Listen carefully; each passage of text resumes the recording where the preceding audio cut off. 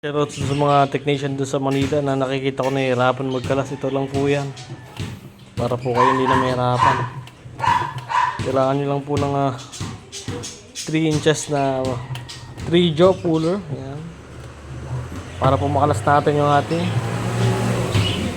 drum. Alas na po yan ng kusa. Ano.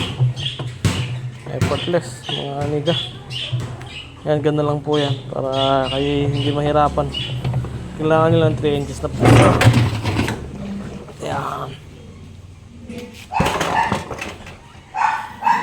Hindi naman yun, mga bariya po. Alright. Hindi na masyadong madumi. Nakalas na po natin yung ating mechanical gearbox. Ito po yung nagkakos kung bakit po siya maingay. Yan. Na-concern po ni ma'am yan. May tagas na po siya. Papalitan po natin ang mechanical gearbox yan. Napakabigat po nito. Siguro may nasa 3 hanggang 4 na kilos po ito. Gearbox na po ito. Ayan.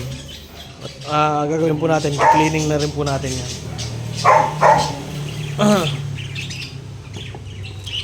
Ang hirap po gumulaw. Ngayon. Ayan. Thank you kayo mamaya. Pag natapos natin linisin, antayin natin si Boss Nuts. Mas cleaning natin. Kuha tayo ng isa sa stock natin. Ito po yung ating ipapalit. Yan. Ayan po yung replace natin. Tapos punta na ulit tayo sa client. Okay, napalitan natin ng panibagong gearbox. Yan, ikabit na po natin. Nalinis na rin yan ni Boss Nuts. Patikin yung kanyang mismong drum. Yan. Nagko-compress na tayo ng gamit. Babalik na lang natin dito sa kanya mismong kaha. Tapos pagkanahin natin. Alright! Ipesto na po natin sa tamang pwesto yung kanyang unit. Tapos yan po. Nag-select tayo water level 5 po yan. Tapos nagwawash na po yung unit yan.